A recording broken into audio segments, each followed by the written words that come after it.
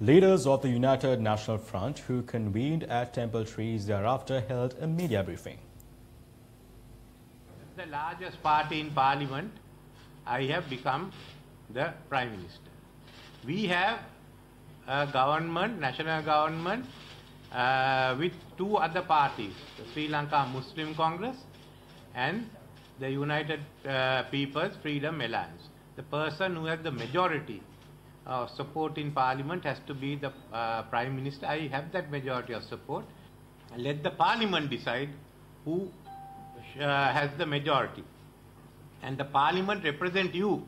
It's you all who have elected this Parliament. And let that Parliament decide who has the majority. This process is a political coup. They can leave whenever they want.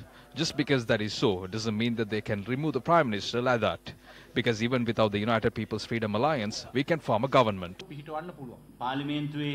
Ranil Wickremesinghe from his position without any evidence on whether or not Ranil Wickremesinghe has lost his majority, we believe is completely illegal.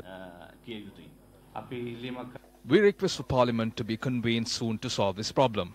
I would like to state that our party stands with the leadership of Ranil Wickremesinghe.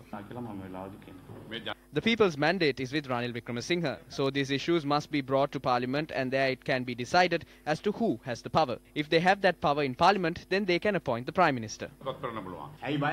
Why are they afraid to convene Parliament? This is completely a legislative coup. I was the one who called the President and stepped out with him. We came forward at the time facing death to bring victory to the President. I asked the President not to do this to Prime Minister who made him the President for the first time with those votes of the people. I don't know who is influencing him. Even at the final meeting, he called me his comrade. Yes, and as your comrade, I ask you not to betray the battle that we began as it is not yet over.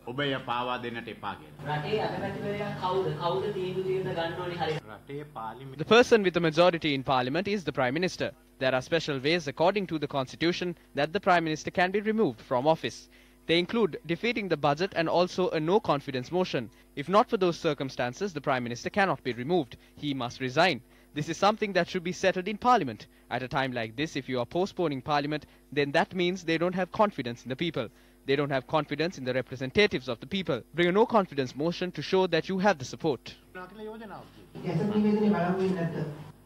Any action can be taken only according to the Constitution.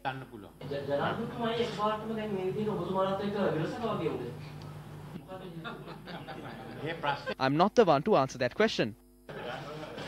I called the Inspector General of Police and told him to preserve peace. I asked not to allow groups to clash. We will also act to preserve peace.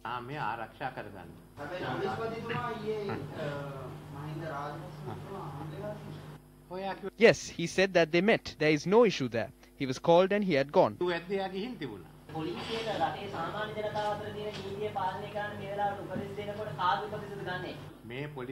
The police has to act according to the police ordinance and the Constitution.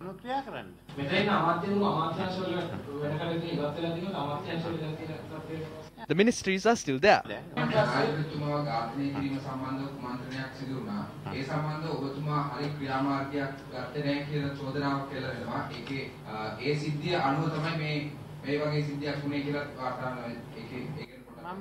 I do not know about that. It was the President, the Minister of Law and Order and the police who took action regarding that. Because it is something that affects the President, he has the right to look into this.